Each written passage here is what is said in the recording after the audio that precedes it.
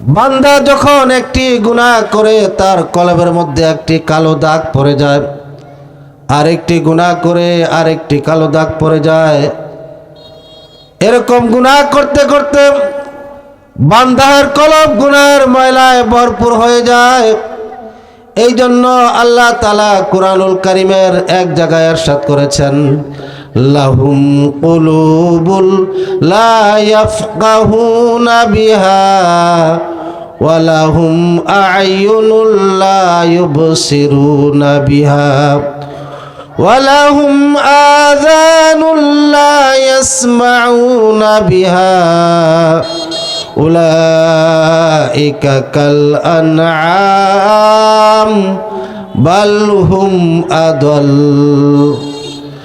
যে বান্দারা গুনাহ করে ওই সমস্ত বান্দাদের কলব এমন হয়ে যায় যে ওই সমস্ত কলব দিয়া কোনোদিন ভালো জিনিস বোঝার চেষ্টা করে না। ওয়ালাহুম আয়ুনুল লা ইউবসিরুনা বিহা, আল্লাহ বলেন তাদেরকে আমি দুইটা চোখ দিয়েছিলাম, এই চোখ দিয়া কোনোদিন ভালো জিনিস দেখার চেষ্টা করে নাই। শুধু তাই না, আমি তাদেরকে দুইটা কান দিয়েছিলাম, এই কান দিয়া কোনোদিন ভালো জিনিস শোনার চেষ্টা করে নাই। আল্লাহ পাক বলেন উলাইকা কাল আনাম, ওই সমস্ত লোক চতুষ্পদ জানোয়ারের মতো, গরু ছাগল ভেড়া কুকুরের মতো। শুধু তাই না, বালহুম আদল, বরং তার চাইতেও নিকৃষ্ট কন্যা। নাউজুবিল্লাহ। এই জন্য ভাইরা আমার, গুনাহ করার পরে খালেস দিলে তওবা করার দরকার আছে না নাই? খালেস দিলে তওবা করতে হবে। আল্লাহ তাআলা কুরআনুল কারীমে ইরশাদ করেছেন, ইন্নাল্লাহা ইউহিব্বুত তাওয়াবিন, নিশ্চয় আল্লাহ তওবাকারী বান্দাদেরকে মহব্বত করেন। কন্যা সুবহানাল্লাহ। বন বাংলা পশ্চিম পাড়া বাইজানা পোলপার মোহাম্মদিয়া জামে মসজিদ কর্তৃক আয়োজিত আজকের এই ইসলামী মাহফিলের সম্মানিত সভাপতি বিশিষ্ট আলেমে দ্বীন আলহাজ হযরত মাওলানা ইদ্রিস আলী সাহেব দামাত বারকাতুহুমুল আলিয়া, মুহাদ্দিস হালিমা সাদিয়া মহিলা মাদ্রাসা কালীবাড়ি মুক্তাগাছা, প্রধান বক্তা হিসাবে আগমন করবেন হযরত মাওলানা আব্দুল কাইয়ুম মুরাদনগরী কুমিল্লা, মুআজ্জাজ মুকাররম উলামায়ে কেরাম, আমার সামনে উপবিষ্ট দিন প্রিয় ইসলাম প্রিয় তৌহিদি জনতা, আল্লাহ পাকের দরবারে লাখ কোটি শুকরিয়া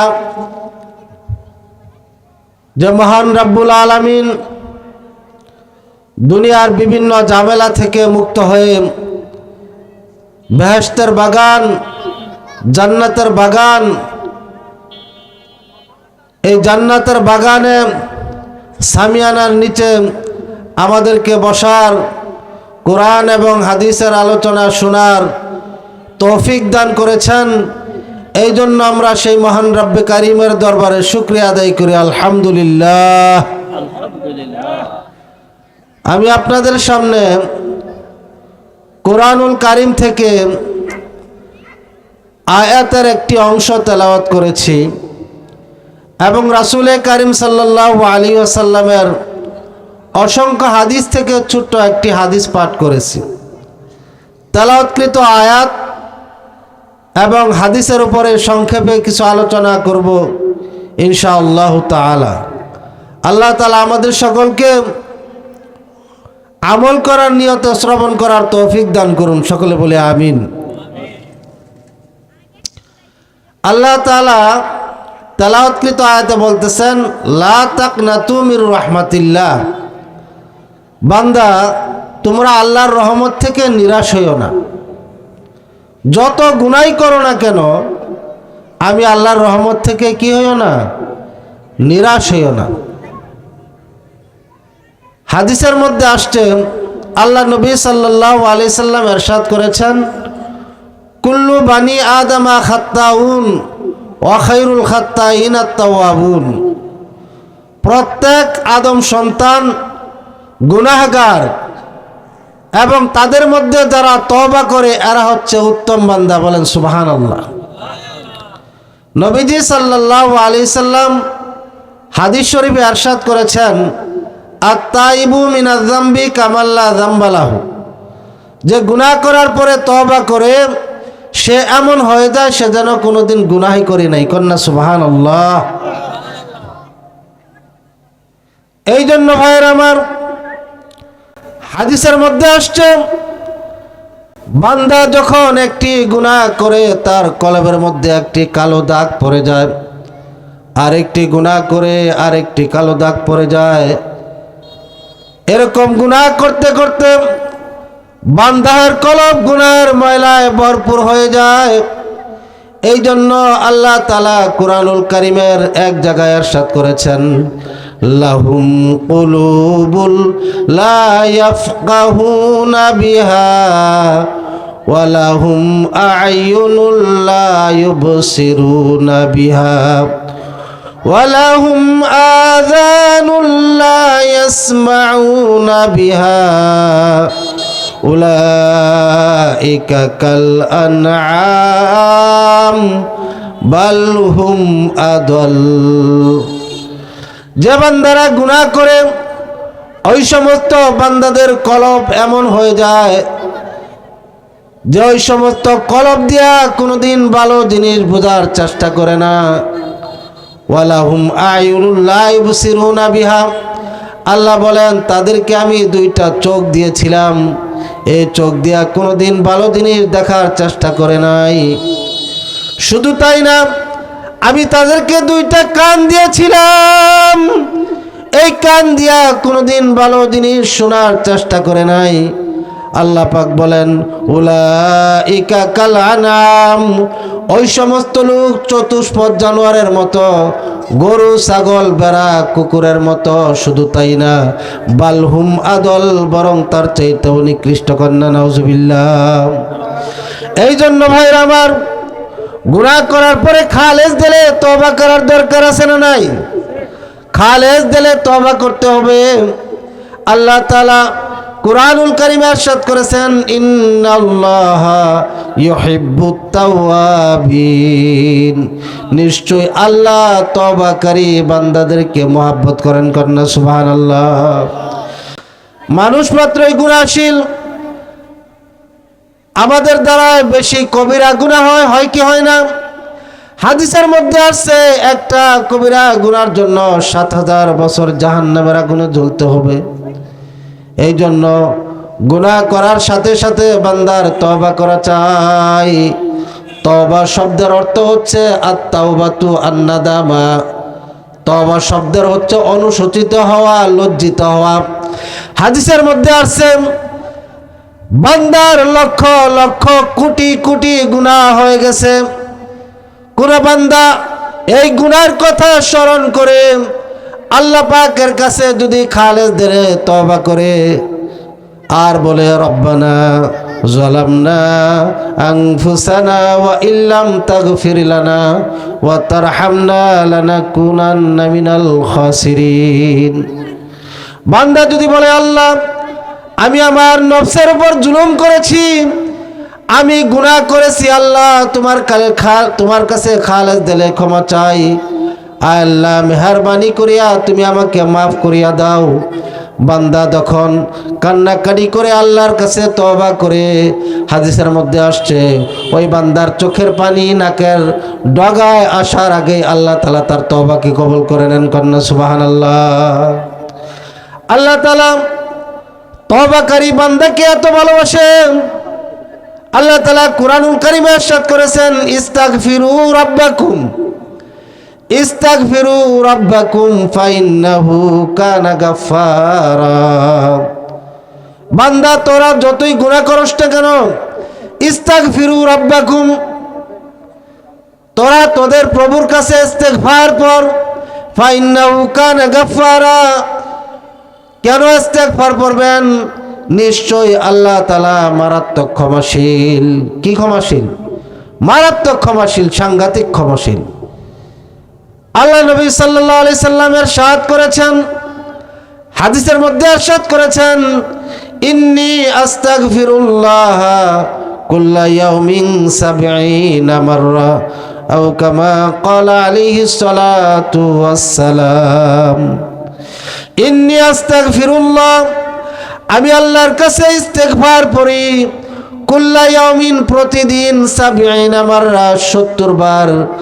যে নবীর কোনো গুনাহ নাই, আল্লাহ তাআলা পৃথিবীতে যত আম্বিয়া কেরাম আলাইহিমুস সালাতু ওয়াস সালামদেরকে পাঠিয়েছেন, আল্লাহ তাআলা সমস্ত নবীদেরকে মাসুম ঘোষণা করেছেন। তার মধ্যে সর্বশ্রেষ্ঠ নবী জনাবে মুহাম্মদুর রাসূলুল্লাহ সাল্লাল্লাহু আলাইহি ওয়াসাল্লাম, উনি তো নিষ্পাপ, উনি মাসুম। এরপরেও প্রতিদিন ৭০ বার ইস্তেগফার পড়েন। কন্যা সুবহানাল্লাহ। কেন ইস্তেগফার পড়েন? উম্মতকে শিক্ষা দেওয়ার জন্য। আমার তো মনে হয় নবীজি যেখানে প্রতিদিন ৭০ বার ইস্তেগফার পড়েন, নবী মাসুম, নবীর কোনো গুনাহ নাই, আমরা ওই নবীর উম্মত হয়তো প্রতিদিন আমি মনে করি ৭০,০০০ বার ইস্তেগফার পড়ার দরকার। কথা ঠিক না ঠিক? কারণ আমাদের সব সময় গুনাহ হয়। আমি বলতেছিলাম ইস্তাগফিরু রাব্বাকুম, আল্লাহ বলেন তোমরা তোমাদের রবের ইস্তেগফার পড়ো, তোমরা তোমাদের রবের প্রতি ইস্তেগফার পড়ো। ফাইন্নাহু কানা গাফফারা, নিশ্চয়ই তিনি মারাত্মক ক্ষমাশীল। কি ক্ষমাশীল বলেন? মারাত্মক ক্ষমাশীল, সাংঘাতিক ক্ষমাশীল। আল্লাহ কেমন ক্ষমাশীল? নবীজি সাল্লাল্লাহু আলাইহি সাল্লাম পর্যন্ত যে গুনাহের ক্ষমার আশা ছেড়ে দিয়েছেন, ওই গুনাহ আল্লাহ তাআলা মাফ করে দিয়েছেন। কন্যা সুবহানাল্লাহি ওয়া বিহামদিহি। একটি ঘটনা আপনাদের সামনে উপস্থাপন করলে আপনারা বুঝতে পারবেন আল্লাহ তাআলা কেমন ক্ষমাশীল, আল্লাহ তাআলা যে মারাত্মক ক্ষমাশীল। একটি ঘটনা আপনাদের সামনে উপস্থাপন করলে আপনারা বুঝতে পারবেন। ফকি আবুল্লাহ সমরকন্দি রহমাতুল্লাহ আলাইহি তার কিতাবের মধ্যে একটা ওয়াকিয়া লিখছেন। হযরত ওমর ফারুক রাদিয়াল্লাহু তাআলা আনহু একদিন রাস্তা দিয়ে যাচ্ছিলেন। রাস্তা দিয়ে যাওয়ার সময় ওমর ফারুক রাদিয়াল্লাহু তাআলা আনহু দেখেন রাস্তার মধ্যে এক যুবক খুব কান্নাকারি করতেছে। এত কান্নাকারি করতেছে যে কান্না করতে করতে যুবকের চোখ দিয়া পানি পড়ে যুবকের বুক ভেসে যাচ্ছে। ওমর ফারুক রাদিয়াল্লাহু তাআলা আনহু ওই যুবকের কাছে গেলেন, সালাম দিলেন, আর যুবককে বললেন, মা ইউবকিকা ইয়া শাব, হে যুবক, এই যে তুমি কান্নাকারি করতেছো আর কারণ কি জানতে চাই। যুবক এই কথা শোনার পরে কান্নার স্পিড আরো বাড়াই দিছে। এত কান্নাকারি করতেছে, বারবার বারবার ওমর রাদিয়াল্লাহু তাআলা আনহু বলতেছেন, মা ইউবকিকা ইয়া শাব, হে যুবক, তোমার কান্নার কারণ কি? এই কান্নার কারণ সম্পর্কে তুমি আমার কাছে বলো। যুবককে যখন এইভাবে ৩ বার ওমর রাদিয়াল্লাহু তাআলা আনহু জিজ্ঞাসা করলেন, যুবক ৩ বারের সময় বলতেছেন, ভাই ওমর, আমি যে কেন কান্নাকারি করতেছি এটা আমি আপনার কাছে বলতে পারবো না, আপনি তাড়াতাড়ি আমাকে রাসূলের দরবারে নিয়ে যান। নবীজি সাল্লাল্লাহু আলাইহি সাল্লাম ওই যুবককে রাসূলের দরবার নিয়ে যাবেন। আর যুবকের কান্না এত কঠিন কান্না ছিল যে যুবকের কান্না দেখে হযরত ওমর রাদিয়াল্লাহু তাআলা আনহুর চোখের মধ্যে পানি চলে আসছে। কন্যা সুবহানাল্লাহ। অথচ ওমর রাদিয়াল্লাহু তাআলা আনহুর ব্যাপারে নবীজি সাল্লাল্লাহু আলাইহি সাল্লাম হাদিস শরীফে ইরশাদ করেছেন, আরহামু উম্মতি বি উম্মতি আবু বকর ওয়া আশাদ্দুহুম ফি আমরিল্লাহি ওমর। নবীজি সাল্লাল্লাহু আলাইহি সাল্লাম বলেন, আমার উম্মতের মধ্যে সবচাইতে দয়ালু সাহাবী হচ্ছে হযরত আবু বকর, আর সবচাইতে কঠিন দিলের সাহাবী হচ্ছে হযরত ওমর। কেন? ইসলামের বিরুদ্ধে যখন আঘাত আনতো ওমর রাদিয়াল্লাহু তাআলা আনহু খোলা তরবারি নিয়ে কাফেরের সামনে উপস্থিত হয়ে যেত। কন্যা সুবহানাল্লাহ। সেই ওমর তো সঙ্গে দিলের মানুষ, কঠিন অন্তরের মানুষ। সেই ওমর রাদিয়াল্লাহু তাআলা আনহুর চোখের মধ্যে পানি চলে আসছে। তাহলে আপনারা বুঝতে পারেন যুবকের কান্না কেমন কান্না ছিল। ওমর রাদিয়াল্লাহু তাআলা আনহু ওই যুবককে রাসূলের কাছে নিয়ে যাইতেছেন। রাসূলের কাছাকাছি যখন গেলেন তখন ওই যুবককে বললেন, ইন্তাজির সাহাব, যুবক তুমি এইখানে একটু অপেক্ষা করো, আমি রাসূলের কাছে গিয়া দেখি রাসূল কোন হালতের মধ্যে আছে।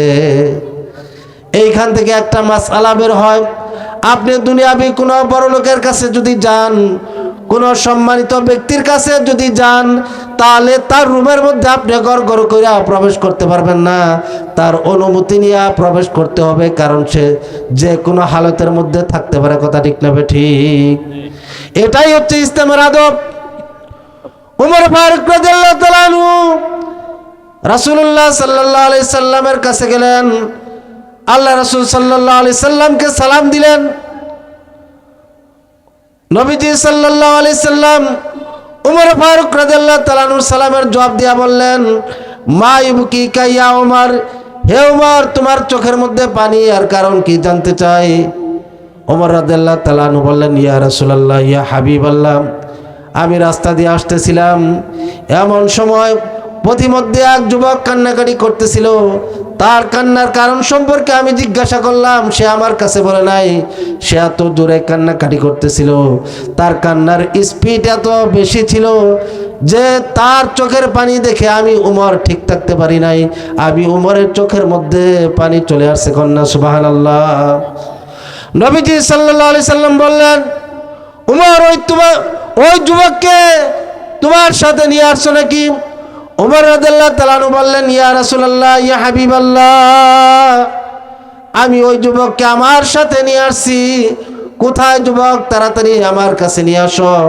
উমর রাদিয়াল্লাহু তাআলা আনহু যখন ওই যুবককে রাসূলের কাছে নিয়ে গেলেন, আল্লাহ রাসূল সাল্লাল্লাহু আলাইহি সাল্লামকে গিয়া সালাম দিলেন। নবীজি সাল্লাল্লাহু আলাইহি সাল্লাম সালামের জবাব দেওয়ার পরে ওই যুবককে লক্ষ্য করে বললেন, মা ইবকিকা ইয়া শাব, হে যুবক তোমার চোখের মধ্যে পানি দেখতেছি, কান্নার কারণ কি আমি একটু জানতে চাই। যখন যুবককে এই কথা বলল, তখন ওই যুবক বলতেছি, ইয়া রাসূলুল্লাহ, ইয়া হাবিবাল্লাহ, আমি হচ্ছি নাব্বাস, কাফন চোর। দিনের বেলায় যখন কোনো মানুষ মারা যায়, মারা যাওয়ার পরে যখন ওই লোকটাকে কবরের মধ্যে কবরস্থ কইরা যখন আইসা পড়ার পরে আমি গুরুস্থানের কাছে রাত্রেবেলায় যাইয়া তার কবরকে খনন করি। কবর খনন করার পরে আমি কাফনের কাপড় ওই লাশের থেকে টান দিয়ে এনে ওইটা বাড়িতে নিয়ে আইসা ওই কাফনের কাপড়কে দৌত কইরা সুন্দর করে দৌত করে বাজারে নিয়ে বিক্রি করে আমি সংসার চালাই। ইয়া রাসূলুল্লাহ, ইয়া হাবিবাল্লাহ, কিছুদিন আগের ঘটনা, মদিনার মধ্যে একজন সুন্দরী যুবতী মারা গেছে। এমন সুন্দরী যুবতী, মদিনাবাসীরা যাকে টাইটেল দিয়েছিল হুরে মদিনা, মদিনার হুর, এত সুন্দরী যুবতী নারী মারা গেছে। মারা যাওয়ার পরে তাকে যখন লোকেরা এরকম গোসল দিয়া কাফনের কাপড় পরাইয়া জানাজা দিয়া যখন লোকেরা তাকে কবরস্থ কইরা কবরস্থান ত্যাগ কইরা এসে পড়ছে, ওই যে হুজুর আমি প্রতিদিন যে কাফনের কাপড় চুরি করি, ওই প্রতিদিনের মতো হুজুর আমি রাত্রেবেলায় ওই গুরুস্থানের কাছে ওই মহিলার কবরের কাছে গেছি। কবরের কাছে যাওয়ার পরে কবর খনন করছি। কবর খনন করার পরে ওই মহিলার গায়ের থেকে যখন কাফনের কাপড় টান দিয়া নিয়ে আসবো, নিয়ে আসার সময় শয়তান আমার কানের মধ্যে ওয়াসওয়াসা দিছে যে যুবক সারা বছর কাফনের কাপড় চুরি করছস, আজকে এমন এক সুন্দরী যুবতী নারী মারা গিয়েছে, দিনের বেলা দাফন করা হয়েছে, এখনো চেহারা ঝলমল করতেছে, এত সুন্দর পরম সুন্দরী নারী, যুবক তুই তাড়াতাড়ি তার কবরের কাছে আয়, আয়সা তার চেহারার দিকে তাকা, দেখ কত সুন্দর ঝলমল করতেছে। এই কথা শোনার পরে ইয়া রাসূলুল্লাহ, ইয়া হাবিবাল্লাহ, আমি যখন ওই নারীর কবরের কাছে গেলাম, কবরের কাছে যাওয়ার পরে দেখি তার চেহারা ঝলমল করতেছে। আমি যুবক কন্ট্রোলে থাকতে পারি নাই, কবরের কাছে গিয়া তার সাথে আমি জিনায় লিপ্ত হয়ে গেছি। নাউজুবিল্লাহ। জিনা করার পরে যখন আমি ওই গুরুস্থান ত্যাগ করব, তখন ওই কবরের থেকে আমার কানের মধ্যে ওই মহিলার আওয়াজ আসতেছে, যুবক, শত শত মানুষ সেই গুরুস্থানের মধ্যে রাখা হয়েছে, তুই আমার সাথে এই রাত্রেবেলায় এরকম জিনার কাজে শরীক হইলি, যুবক, তুই কাল কিয়ামতের ময়দানে আমাকে নাপাক অবস্থায় ওঠানোর ব্যবস্থা করে দিলি। ইয়া রাসূলুল্লাহ, ইয়া হাবিবাল্লাহ, যখন আমি কবরস্থান ত্যাগ করার পরে যখন আমি বাড়িতে যাব, আমার কোনো কিছুই ভালো লাগতেছে না। ইয়া রাসূলুল্লাহ, ইয়া হাবিবাল্লাহ, আমি রাস্তার মধ্যে বৈশা বৈশা শুধু কান্দি আর কান্দি, কারণ ওই মহিলার কানের আওয়াজ আমার কানের মধ্যে, ওই মহিলার কথার আওয়াজ আমার কানের মধ্যে সব সময় আসি, তখন থেকে আমি কান্দি আর কান্দি। নবীজি সাল্লাল্লাহু আলাইহি সাল্লাম বললেন, যুবক, তোমার অপরাধ তো মারাত্মক অপরাধ। কি অপরাধ? মারাত্মক অপরাধ, সাংঘাতিক অপরাধ। নবীজি সাল্লাল্লাহু আলাইহি সাল্লামের জবান দিয়া যখন বের হয়ে আসতো, তোমার অপরাধ মারাত্মক অপরাধ, এই কথা যুবক শোনার পরে রাসূলের দরবারে এক সেকেন্ডের জন্য ওয়েটিংয়ে থাকলেন না। কেন? আল্লাহর পক্ষ থেকে ওই যুবকের কাছে গজব আসতে পারে, এই জন্য যুবক তাড়াতাড়ি রাসূলের দরবারকে ত্যাগ করলেন। রাসূলের দরবার ত্যাগ করার পরে যুবক মদিনার সবচেয়ে উঁচু পাহাড়ের মধ্যে উঠছেন। কিতাবের মধ্যে আসছে একদিন না, 2 দিন না, 40 দিন পর্যন্ত যুবকের কোনো ঘুম নাই, খাওয়া নাই, গোসল নাই। যুবক উঁচু পাহাড়ের মধ্যে উঠা 2 হাত উঠাই দিয়ে আল্লাহর কাছে তওবা করতেছে, রব্বানা যালামনা আনফুসানা ওয়া ইল্লাম তাগফির লানা ওয়া তারহামনা লানাকুনান্না মিনাল খাসিরিন। আল্লাহ তাআলা, আমি যে গুনাহ করছি, আল্লাহ তুমি তো গফুর রহিম, আল্লাহ তুমি যদি গুনাহ ক্ষমা না করো কার দরবারে যাব? তুমি মাবুদ ব্যতীত কোনো মাবুদ নাই, তোমার দরবার ব্যতীত কোনো দরবার নাই। আল্লাহ মেহেরবানি করিয়া তুমি আমার গুনাহ খাতাগুলো মাফ করিয়া দাও। হাদিসের মধ্যে আসছে, কিতাবের মধ্যে আসছে, একদিন না, 2 দিন না, 40 দিন পর্যন্ত যুবক ওই উঁচু পাহাড়ের মধ্যে উঠে এত কান্নাকাটি করতেছে।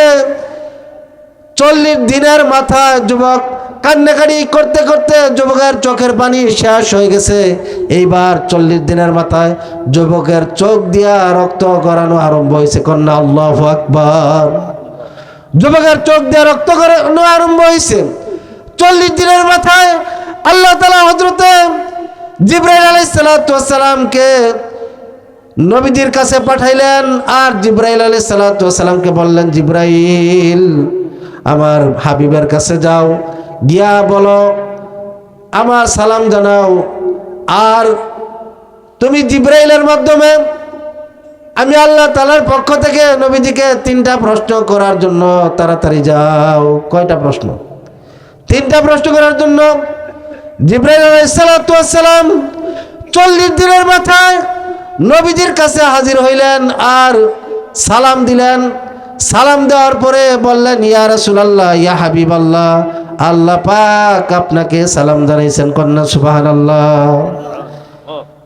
জিবরাইল আলাইহিস সালাতু ওয়াস সালাম বললেন, ইয়া রাসূলুল্লাহ, ইয়া হাবিবাল্লাহ, আল্লাহ পাক আমি জিবরাইলকে আপনার কাছে সালাম দিয়া পাঠাইছে, আল্লাহ আপনাকে সালাম জানাইছে। আর 3টা প্রশ্ন করার জন্য আমি জিবরাইলের মাধ্যমে আল্লাহ তাআলা আপনাকে প্রশ্ন করার জন্য বলছে। প্রশ্ন কয়টা? 3টা প্রশ্ন। নবীজি সাল্লাল্লাহু আলাইহি সাল্লাম বললেন, ভাই জিবরাইল, কি 3টা প্রশ্ন? জিবরাইল আলাইহিস সালাতু ওয়াস সালাম বললেন, আল্লাহ পাক রব্বুল আলামিন আমি জিবরাইলের মাধ্যমে আল্লাহ তাআলা আপনাকে প্রশ্ন করার জন্য বলছে, এই কুল কায়নাতের মধ্যে যত মাখলুকাত আছে, এই সমস্ত মাখলুকাতের সৃষ্টিকর্তা আপনি আল্লাহ নাকি? কুল কায়নাতের মধ্যে যত মাখলুকাত আছে, এই মাখলুকাতের মধ্যে, কুল কায়নাতের মধ্যে যত মাখলুকাত আছে, এই মাখলুকাতের খালেক সৃষ্টিকর্তা আপনি নবী নাকি আল্লাহ? আমি জিবরাইলের মাধ্যমে আল্লাহ তাআলা আপনাকে এটা জিজ্ঞাসা করতে বলছে। নবীজি সাল্লাল্লাহু আলাইহি সাল্লাম বললেন, ভাই জিবরাইল, তুমি এটা কি প্রশ্ন করলা? কুল কায়নাতের মধ্যে যত মাখলুকাত আছে সমস্ত মাখলুকাতের সৃষ্টিকর্তা আল্লাহ, এমনকি আমি নবীর সৃষ্টিকর্তাও তো আল্লাহ। 2 নম্বর প্রশ্ন, জিবরাইল আলাইহিস সালাতু ওয়াস সালাম বললেন, ইয়া রাসূলুল্লাহ, ইয়া হাবিবাল্লাহ, আল্লাহ তাআলা আমি জিবরাইলের মাধ্যমে আল্লাহ তাআলা আপনার কাছে প্রশ্ন করার জন্য বলছে। 2 নম্বর প্রশ্ন, এই কুল কায়নাতের মধ্যে যত প্রাণী আছে এই সমস্ত প্রাণীর রিজিকের ব্যবস্থা আপনি নবী করেন না আল্লাহ করে, এটা আমি জিবরাইলের মাধ্যমে আল্লাহ তাআলা আপনার কাছে জিজ্ঞাসা করছে। কন্যা সুবহানাল্লাহ। নবীজি সাল্লাল্লাহু আলাইহি সাল্লাম বললেন, ভাই জিবরাইল তুমি এটা কি প্রশ্ন করলা? কুল কায়নাতের মধ্যে যত প্রাণীকুল আছে সমস্ত প্রাণীকুলের রিজিকের ব্যবস্থা আল্লাহ করেন, এমনকি আমি নবীর রিজিকের ব্যবস্থাও তো আল্লাহই করেন। আল্লাহু আকবার। 3 নম্বর প্রশ্ন, ইয়া রাসূলুল্লাহ, ইয়া হাবিবাল্লাহ, এই কুল কায়নাতের মধ্যে যত মানুষ এবং জিন আছে এই মানুষ এবং জিনদের মধ্যে যারা গুনাহ করে এই গুনাহ ক্ষমা করার মালিক আপনি নবী নাকি আল্লাহ, এটা আমি জিবরাইলের মাধ্যমে আল্লাহ তাআলা আপনাকে প্রশ্ন করার জন্য বলছে। নবীজি সাল্লাল্লাহু আলাইহি সাল্লাম বললেন, ভাই জিবরাইল তুমি এটা কি প্রশ্ন করলা? কুল কায়নাতের মধ্যে যত মানুষ এবং জিন আছে মানুষ এবং জিনদের মধ্যে যারা গুনাহ করে এই গুনাহ ক্ষমা করার মালিক আল্লাহ, এমনকি আমি নবীও যদি কোনো ভুল করি এই ভুল ক্ষমা করার মালিক আল্লাহ তাআলা। বলেন সুবহানাল্লাহ। জিবরাইল আলাইহিস সালাতু ওয়াস সালাম তখন বললেন, ইয়া রাসূলুল্লাহ, ইয়া হাবিবাল্লাহ, 40 দিন আগে যে আপনার কাছে একটা লোক আসছিল ওই লোক সম্পর্কে আপনার কোনো খবর আছে নাকি?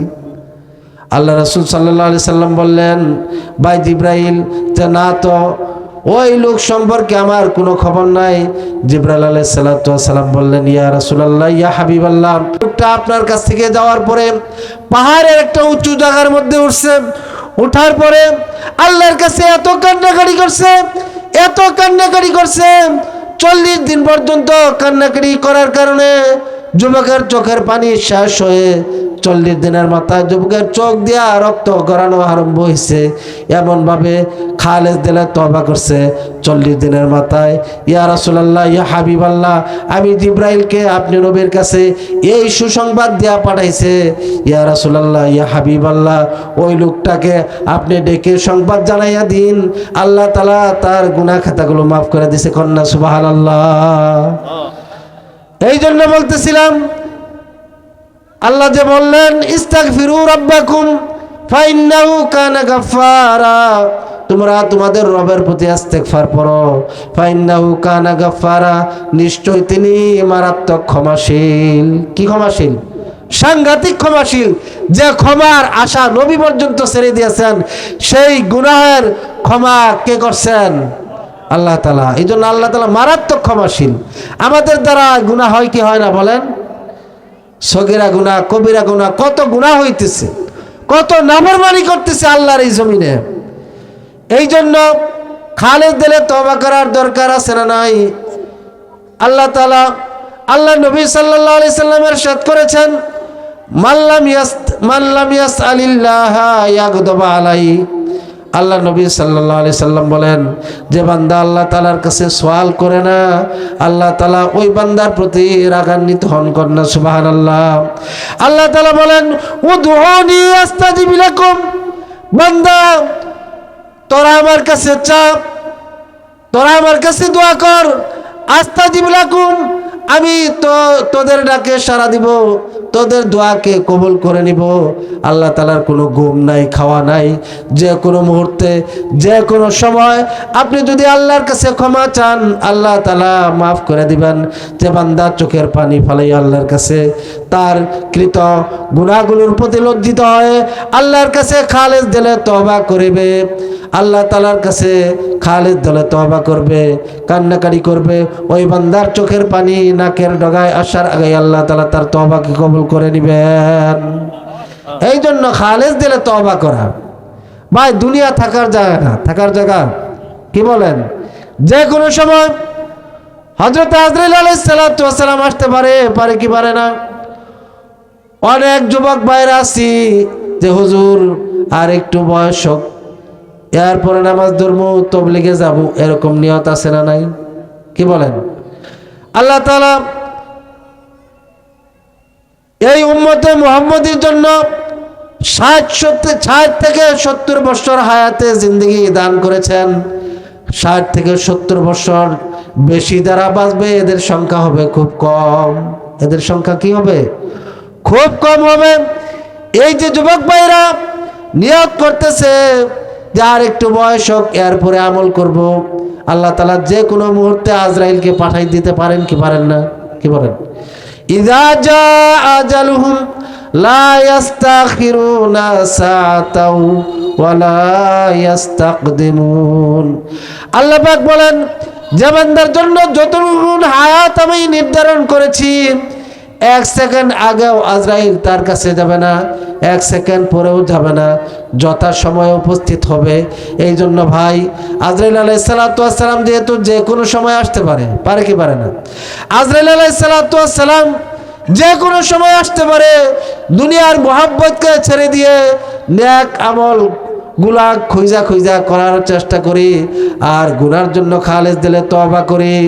আল্লাহ তাআলা যে কোনো সময় এই দুনিয়ার মধ্যে আমরা আছি দুকা অবস্থায় দুনিয়া তালাশ করতেছি, আর মনে করতেছি বৃদ্ধ হওয়ার পরে আমি আমল করব, এরকম লোক আছে না নাই?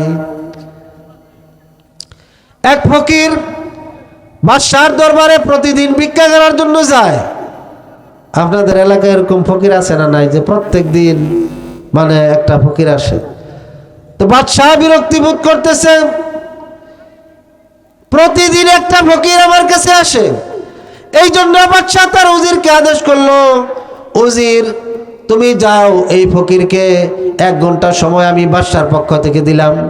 আমার যে অমুক জায়গায় মালের গুডাউন আছে, ওই গুডাউন থেকে 1 ঘন্টা মাল বের করবে, 1 ঘন্টা যত মাল বের করবে সমস্ত মাল ওই ফকিরকে দিয়া দিবা।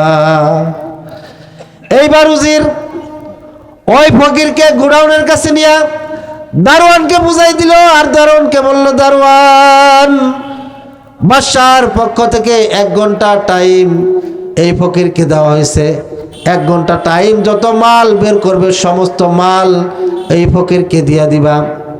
ফকিরকে যখন গোডাউনের মধ্যে ঢুকাই দিছে, গোডাউনের মধ্যে ফকির ঘুরতেছে। গোডাউনের মধ্যে আপনার বড় বড় গুলা তখন স্বর্ণের টাকা ছিল, রূপার টাকা ছিল, এরকম কাগজের টাকা ছিল না। কিসের টাকা ছিল না? কাগজের টাকা ছিল না, দিনার দিরহাম ছিল। স্বর্ণের টাকা, রূপার টাকা, স্বর্ণ রূপার টাকা ছিল, এরকম গুলা ভর্তি। ফকির গোডাউনের মধ্যে ঘুরতেছে। এরকম ঘুরতে ঘুরতে গিয়া দেখে গোডাউনের কোণার মধ্যে সুন্দর একটা খাট বিছানো। কি বিছানো? সুন্দর একটা খাট বিছানো। আর খাটের মধ্যে এত সুন্দর বিছানা।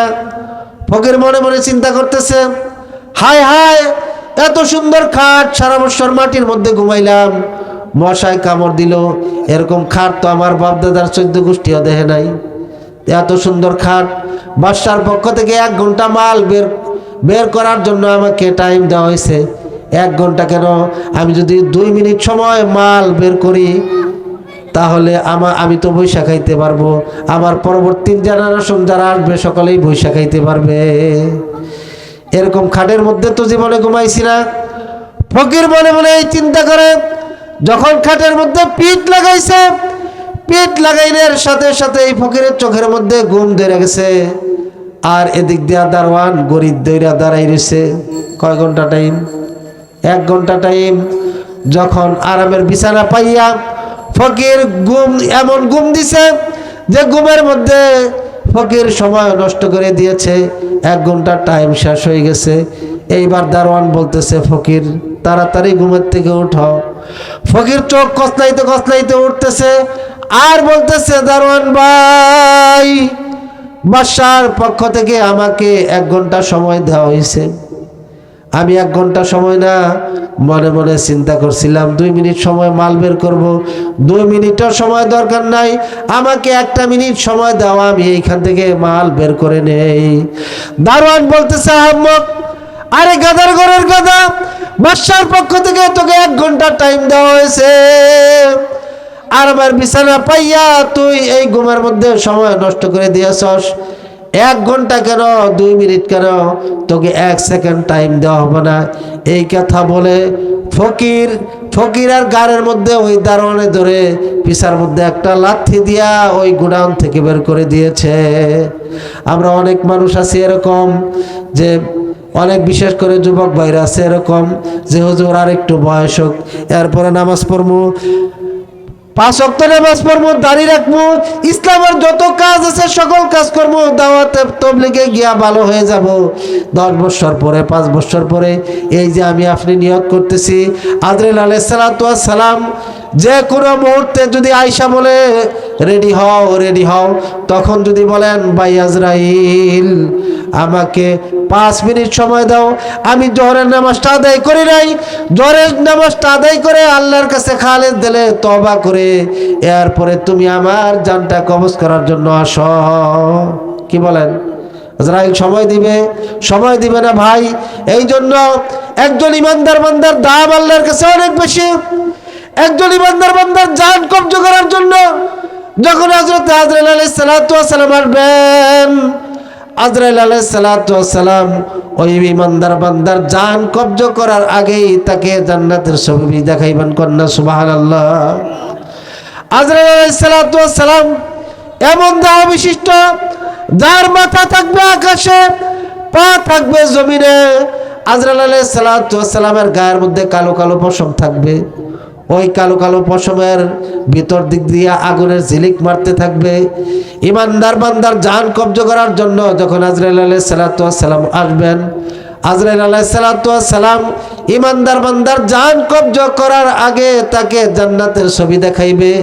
ওই জান্নাতের ছবি দেখতে থাকবে আর আজরাইল আলাইহিস সালাতু ওয়াস সালাম তার জান কবজ করতে থাকবে। মৃত্যুর যে যন্ত্রণা হাদিসের মধ্যে আসছে, একটা তাজা বকরি জবাই করা ছাড়া যদি ছিলানো হয়, যত কষ্ট হবে তার চাইতে বেশি কষ্ট হবে মৃত্যুর যন্ত্রণা। কিন্তু ইমানদার বান্দা ওই যে জান্নাতের ছবি দেখবে, জান্নাতের ছবি দেখার পরে তার জন্য মৃত্যু কষ্ট হবে না, আনন্দে পরিণত হয়ে যাবে। কন্যা সুবহানাল্লাহ। জান্নাতের ছবি দেখবে। আজরাইল আলাইহিস সালাতু ওয়াস সালাম ওই ইমানদার বান্দার জান কবজ করে নিবে। লোকেরা মাইকের মধ্যে এলান দিবে, বাঁশ কাটার জন্য কিছু লোক প্রস্তুতি গ্রহণ করবে। ওই ইমানদার বান্দাকে গোসল দিয়া কাফনের কাপড় পরাইয়া জানাজা পয়রা যখন লোকেরা কবরের মধ্যে রাখবে, বিসমিল্লাহি আলা মিল্লাতি রাসূলিল্লাহ, আর বলবে মিনহা খালাকনাকুম ওয়া ফিহা নুঈদুকুম ওয়া মিনহা নুখরিজুকুম তারাতান উখরা। ওই বান্দার বান্দাকে যখন এই দোয়াগুলো পড়ে লোকেরা কবরস্থ করে, কবর দিয়ে যখন লোকেরা 40 কদম ওই কবরকে ত্যাগ করবে, 40 কদম কবর ত্যাগ করার পরে মুনকার নাকির আয়েশা তার কবরের মধ্যে উপস্থিত হবে। ওই যে ইমানদার বান্দাকে শোয়াইছে, শোয়ানো থেকে উঠাইয়া বসাইয়া প্রশ্ন করবে মার রাব্বুকা, তোমার রবকে। ওই ইমানদার বান্দার জবান দিয়া অটোমেটিকলি বের হয়ে আসবে রাব্বি আল্লাহ। কন্যা সুবহানাল্লাহ। আমার রব হচ্ছে আল্লাহ। ওমা দীনুকা, তোমার দিন কি? ওই বান্দার জবান দিয়া অটোমেটিকলি বের হয়ে আসবে দীনি আল ইসলাম, আমার দিন হচ্ছে ইসলাম। ওমান হাযার রাজুলুল্লাযী বুইসা ফীকুম, নবীজি সাল্লাল্লাহু আলাইহি সাল্লামকে দেখাইয়া প্রশ্ন করা হবে, ইনি কে যাকে তোমাদের মধ্যে পাঠানো হয়েছিল? নবীজি সাল্লাল্লাহু আলাইহি সাল্লামকে দেখা চিন্না ফেলবে, চিনার পরে বলতে থাকবে হাযা নবিয়ুনা মুহাম্মাদুন সাল্লাল্লাহু আলাইহি ওয়াসাল্লাম, ইনি হচ্ছেন আমাদের নবী জনাবে মুহাম্মাদুর রাসূলুল্লাহ সাল্লাল্লাহু আলাইহি ওয়াসাল্লাম। আল্লাহ তাআলা রহমতের ফেরেশতাকে ডাক দিয়ে বলবে, ফেরেশতা আমার এই বান্দাকে আর কোনো প্রশ্ন করার দরকার নাই। দুনিয়াতে থাকা অবস্থা আমি রবের কাজ করছে, দুনিয়াতে থাকা অবস্থায় দিন মোতাবেক তার জিন্দগি পরিচালনা করছে, দুনিয়াতে থাকা অবস্থা আমি নবীর সুন্নত মোতাবেক জিন্দগি পরিচালনা করছে, আর তাকে কোনো কষ্ট দেওয়ার দরকার নাই। তাড়াতাড়ি যাও, জান্নাত থেকে পোশাক এনে তার গায়ের মধ্যে জান্নাতের পোশাক পরিধান করাইয়া দাও। কন্যা সুবহানাল্লাহ। ফেরেশতা যাও যাও যাও, জান্নাত থেকে বিছানা এনে তার কবরের মধ্যে জান্নাতের বিছানা বিছাইয়া দাও।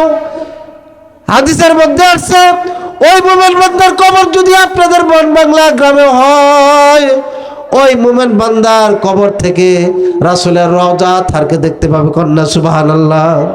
এত বড় হবে কবর। পক্ষান্তরে কোন বৎকার বান্দার জান কব্জ করার জন্য যখন হযরত আজরাইল আলাইহিস সালাতু ওয়াস সালাম আসবে, আজরাইল আলাইহিস সালাতু ওয়াস সালাম ওই বৎকার বান্দাকে জান কব্জ করার আগে তাকে জাহান্নামের ছবি দেখাইবেন। জাহান্নামের ছবি দেখার পরে ওই বৎকার বান্দার পানির পিপাসা হবে। হাদিসের মধ্যে আসছে সারা পৃথিবীর সমস্ত সমুদ্রের পানিও যদি ওই বৎকার বান্দাকে পান করানো হয়, তারপরেও তার তৃষ্ণা মিটবে না। এমন ভয়াবহ অবস্থা হবে। ওই জাহান্নাম দেখার পরে তার মৃত্যুবরণ করতে মনে চাইবে না। দুনিয়ার মহব্বতের মানুষের কথা মনে পড়বে, স্ত্রীর কথা মনে পড়বে, দুনিয়ার মহব্বতের মানুষের কথা মনে পড়বে, কিন্তু কোনো লাভ হবে না। আজরাইল আলাইহিস সালাতু ওয়াস সালাম জাহান্নামকে দেখাইয়া ওই বৎকার বান্দার জান যখন কব্জ করবে, জান কব্জ করার পরে ওই যে ইমানদার বান্দার মতো লোকেরা এলান করবে অমুক লোক মারা গেছে, এলান দিবে কি দিবে না? ওই লোকটাকে কাফনের কাপড় পরাইয়া জানাজা দিয়া যখন ওই বৎকার বান্দাকে কবরের মধ্যে রাখা হবে, রাখার পরে লোকেরা যখন মাটি দিয়া 40 কদম কবর ত্যাগ করবে, ত্যাগ করার পরে ওই বৎকার বান্দার কবরের মধ্যে মুনকার নাকির আসার পরে ওই বৎকার বান্দাকেও যেহেতু শোয়ানো হয়েছিল, শোয়া থেকে উঠাইয়া বসাইয়া এই 3টা প্রশ্ন করবে, মার রাব্বুকা, তোমার রবকে? ওই বৎকার বান্দা দুনিয়াতে থাকা অবস্থা রবের কোনো কাজ করে নাই, এই জন্য তার জবান দিয়ে বের হয়ে আসবে হা হা লা আদরি, আমি কিছুই জানি না। ওমা দিনুকা, তোমার দিন কি? ওই বৎকার বান্দা দুনিয়াতে থাকা অবস্থায় দিন মোতাবেক জিন্দগি পরিচালনা করে নাই, এই জন্য তার জবান দিয়া বের হয়ে আসবে হা হা হা আফসোস লা আদরি, আমি কিছুই জানি না। ওয়ামান হাযার রাজুলুল্লাযী বুইসা ফীকুম, নবীজি সাল্লাল্লাহু আলাইহি সাল্লামকে দেখাইয়া প্রশ্ন করা হবে, ইনি কে যাকে তোমাদের মধ্যে পাঠানো হয়েছিল? নবীর চেহারার সাথে তার চেহারার মিল নাই, নবীর কাজের সাথে তার কাজের মিল নাই, এই জন্য নবীর উম্মত হওয়ার পরেও নবীকে চিনতে পারবে না, আর বলতে থাকবে হা হা লা আদরি, আমি কিছুই জানি না। আল্লাহ তাআলা আযাবের ফেরেশতাকে ডাক দিয়ে বলবে, ফেরেশতা যাও যাও যাও, এই নাফরমান বান্দাকে আর কোনো প্রশ্ন করার দরকার নাই, তাড়াতাড়ি যাও, জাহান্নাম থেকে আগুনের পোশাক এনে তার গায়ের মধ্যে আগুনের পোশাক পরিধান করাই যাও। কন্যা নাউজুবিল্লাহ। ফেরেশতা যাও যাও যাও, জাহান্নাম থেকে আগুনের বিছানাই না তার কবরের মধ্যে আগুনের বিছানা বিছাইয়া দাও। এবং আল্লাহ তাআলা ওই বৎকার বান্দার কবরকে আদেশ করবে, কবর আমার এই নাফরমান বান্দা আমার জমিনের মধ্যে চলছে, অহংকার করছে, গুনার কাজ করছে, কবরকে আল্লাহ তাআলা আদেশ করবে, কবর এই নাফরমান বান্দাকে এমন জোরে চাপ মারো। হাদিসের মধ্যে আছে ওই নাফরমান বান্দার এক পাশের হাড্ডিগুলো আরেক পাশের হাড্ডিগুলো এইভাবে মিশাইয়া দেওয়া হবে, আর নাফরমান বান্দা চিৎকার করতে থাকবে, কে আসো, আমাকে বাঁচাও, আমাকে বাঁচাও। দুনিয়ার কোনো মানুষ তার চিৎকার শুনতে পারবে না, পারবে? চিৎকার শুনতে পারবে না। এরকম কিয়ামত পর্যন্ত তার কবরের মধ্যে আযাব হইতেই থাকবে। এই জন্য ভাই, ঈমান নিয়া কবরে যাইতে হবে। ঈমান নিয়া যদি কবরে না যায় তাহলে অবস্থা ভয়াবহ হবে। কি বলেন? তো আমি আলোচনা করতেছিলাম আল্লাহর কাছে খালেস দিলে তওবা করতে হবে। খালেস দিলে তওবা করে খাঁটি ঈমানদার হয়ে এরপরে কবরে যাইতে হবে। কবরে যাওয়ার পরে সুখের কোনো অভাব নেই, আল্লাহ তাআলা জান্নাতের বিছানা বিছাইয়া দিবেন। কন্যা সুবহানাল্লাহ। যাই হোক, আমি আসলে আপনাদের এলাকারই সন্তান। আমার বাড়ি 9 নম্বর কাশিমপুরে, কাশিমপুর গ্রাম। যা কিছু আলোচনা করলাম, আল্লাহ তাআলা আমাদের সকলকে এই আলোচনার উপর আমল করার তৌফিক দান করুন। ওয়া আখিরু দাওয়ানা আনিল হামদুলিল্লাহি রাব্বিল আলামিন। আসসালামু আলাইকুম ওয়া রাহমাতুল্লাহি ওয়া বারাকাতুহু।